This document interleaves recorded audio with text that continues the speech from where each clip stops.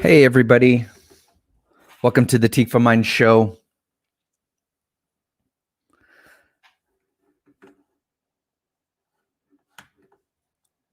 So, yesterday started doing this on YouTube and started live streaming the the video, and I thought it went really well. And I think it something I think I'll be doing here on out. I don't know if YouTube's the right. I don't know. You can go in circles, but again, we use these platforms for well, to as a window into our own universe and pulling others into that universe of good and lifting up others and all that sort of stuff. Sometimes we need to tear down things, though. That's what today's going to be about. So modern art. I wanted to talk about that. I ran across. I don't know if you guys saw this. New York Post. The article is 4.4. Excuse me. I can't even say the right number because it's just so ridiculous. But $43.8 million for what looks like a tennis table, or it looks like a portion taken off a tennis court. Like you have a white line and a blue background. It's just. But here's the best. I saw that. It's so funny. So the New York Post had this where Burnett Newman is the artist, and congratulations to them for making 44 million. Good job. Good job. But here's the funny part. The New York Post, their name is Burnett Newman, but they spelled it Newman. I looked up this artist, and it's not even. You know what? Here's the thing. It's modern art. What happened? It just, it goes back to the fact of like the same thing happened in Russia with the Bolsheviks, the Kandinsky and all this sort of stuff, where you tear down a society. This is how you tear down the society, and it worked there, and so now they're doing it across the rest of the Western world now. Which, hey, if you want to do your art, to each their own. But the thing is so pretentious, and it's just I look at this art, and my work is by no means up to the standard of the Sixtine Chapel. It couldn't even compare. But to this, it's like my work is the Sixtine Chapel, or many others out there for sure. It blows your mind. Let's see here. For this from The Guardian. A single line divides a flat expanse of blue. It seems to rip open the universe. Yeah, you got that right. A crack in the space and time, like mappings of energy pulse or avant-garde music. Oh, geez. That's what I say to that. Boring. I don't know if I can read any more of this. I had a few of these articles. I can't waste any more time on this. Modern art, it's sad, is what it is. However, and I think one really good example is that in Bounding, I'm going to bring that Bounding into Comics, they had an article about, let's see here. They had an article about the Quiet Place, part 2, and how it actually just demolished the Cruella de Vil movie. But the thing is about that is that, first off, with the Quiet Place, the story is simple. It's so incredibly simple. Where you have in the part 1, spoiler alert, it's about a family that is trying to make it through their life together in their weird universe. and a tragedy happens. And how do you go through life when you lose, which is part 2, that an important family member that makes things happen and makes ends meet? That's something we can all relate with. We can all relate with this idea of like, what do you do when a family member goes on or passes on? That's incredibly difficult. And it's not an easy path. The Quiet Place is built on that idea. That's why, like, when with The Last Colony, it's about how far the distances we will go for our loved ones.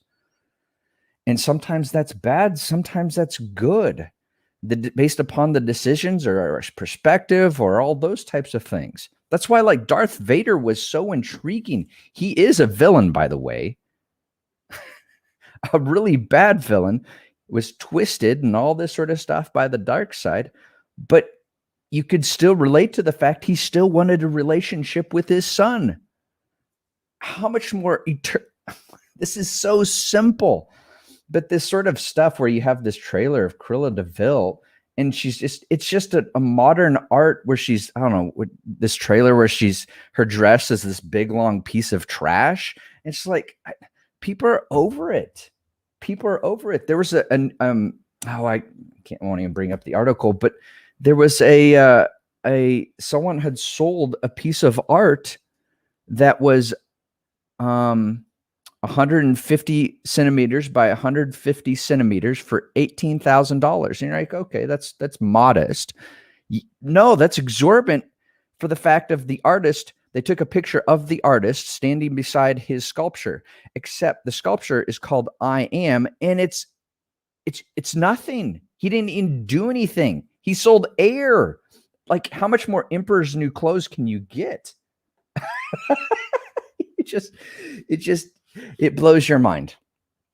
And I think I was having a conversation. I won't necessarily bring up the details of that conversation yesterday, but it really brings to fact how the importance of directly supporting each other. I keep bringing it back to that.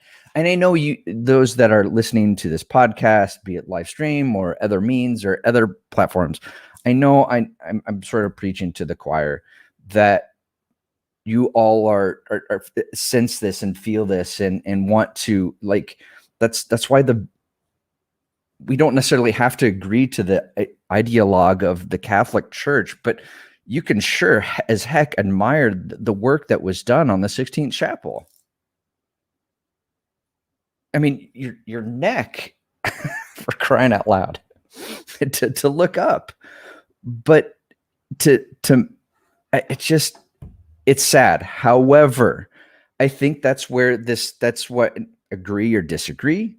You can hate Trump. You can do whatever with Trump, but he was a populist in the sense of, like, he was just a microcosm of this same thing happening across the board, where people are like, I'm done with this trash.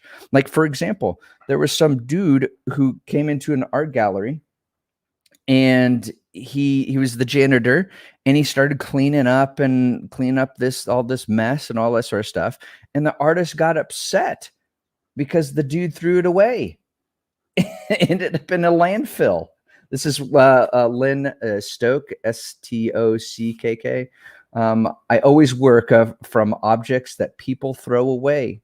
I try to give them a new life through my art. That this is now seen as litter makes me sad. You took it from litter to make it another litter location, and then someone mistakenly picks up the trash can that was actually trash, and then sounds like an interactive piece to me. That's all you were promoting. So I don't know. It goofball world we live in, and like I said, just bringing it back to the fact of directly supporting each other, and bringing back the stories, or writing your own stories. Write your own stories that bring back to this these core values. I mean, for example, how in the world is it that you have a culture in, let's say, Western Europe, in let's call it France, Beauty and the Beast. Let's go with Beauty and the Beast. You have that story of Beauty and the Beast, but then you have some other culture on the other side of the planet that's equally old, and neither the two cultures connected. And they also have a Beauty and the Beast story, or a Cinderella story, or a Snow White story, or I mean, it's just it goes on and on of all these stories of these cultures of however many thousand of years ago have these same stories. That's why like Gilgamesh and all these types of stories are so exciting, because you have these opposites, or like, how are these stories coming together? And I don't necessarily know the answer, or express a possibility of the answer now or here, but it goes, I guess part of that could be because it's just, it goes back to the core part of who we are, and the importance of getting back to that core of who we are as humans, and what it is to be a human, and what it is to struggle. There's no sense of struggle with a blue line, a white line on a blue canvas. I mean, I guess if you're playing tennis, maybe there's a sense of struggle, or tennis table, but I a divide of time and space, unbelievable. Which is funny, because that's grabbing from a Torah idea, or a Judeo-Christian perspective idea. They're taking from it and then twisting into something else, or like the sculpture that's called I Am. I mean, geez, God's more inventive. Instead of the emperor has no clothes, I mean, at least God put it in a burning bush. My goodness, that's just half of it. It's not even half. That's just an nth of it. But whatever. I am, when I was in graduate school, there was someone was discussing this whole idea of like form or function. And one of the dudes says, I won't cuss here, but one of the dudes essentially said that this is ridiculous. I'm done talking about this. Why we keep talking about this? This is such a waste of time. Let's talk about something else. And yeah, I just wasted the whole 15 minutes of this show breaking that rule, I guess. But hey, I don't know. Let me know what you guys think. I'll do a better job of a few things. One is that if you have a comment, yesterday, post up your comments on this. You're more than welcome on the YouTube. Also, post up. Head to ElijahLoving.com/blog. It'll be in the description. Head there. You'll be able to. We added a new comments bar. So you guys can add in your input and thoughts there, because that's the other part of this too. We need to have discussions, because we all have bad ideas, and we just need to have a big enough open mind to go, you know what? That's a really good possibility, to say, no, I flatly disagree, and here's why. So we need to have that discussion. The other thing is the last colony. We're going to have the Thursday show is going to be at 4 p.m. Central Daylight Time. I think that time is going to work out a little bit better for everybody. And let me see if I have anything else. I'm going to sign off on my SoundCloud. Hang around for the YouTube live stream, and we will see you guys later. Yeah, so with the for those just still on the live stream or listening later on, or how that ever works, we also, with the last colony, we are sitting at currently 72%. By the end of this week, our goal is to be completely funded, and then reaching on to our stretch goal, which would be that $7,000 mark. But before we get to that, we really need to get to our first stretch goal of that 3,000. I did build within that budget to do our, what do you call it? Our the poster that we'll be working on the live stream this Thursday at 4.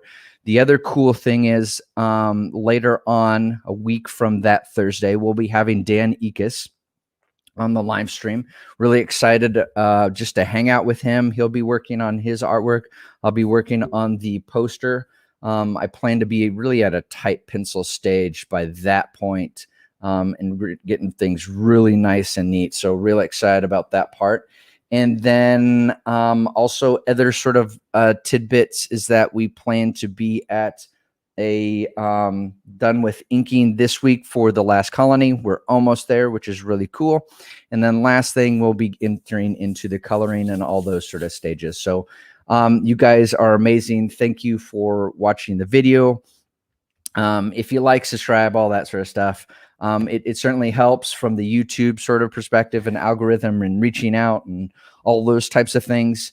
So I appreciate for hanging out. If you don't like this information or whatever, but bigger picture is that we got to find ways of directly supporting one another. And I think that is one of the most important things that we could ever do.